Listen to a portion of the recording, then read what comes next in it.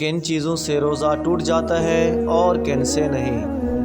آنکھ میں دوا ڈالنا، سرما لگانا، کان میں دوا ڈالنا، لپسٹک یا چپسٹک لگانا، ڈرپ لگانا، انسولین لگانا، بال کاٹنا یا ناخن تراشنا، جسم یا سر پر تیل کی مالش کرنا، احتلام ہو جانا، نہانا، مسواک کرنا، ناک سے خون بہنا، خود بخود قے آ جانا، خون دینا، خون ٹیسٹ کروانا اور پرفیوم لگانا یا عطر لگانے سے روزہ نہیں ٹوٹتا۔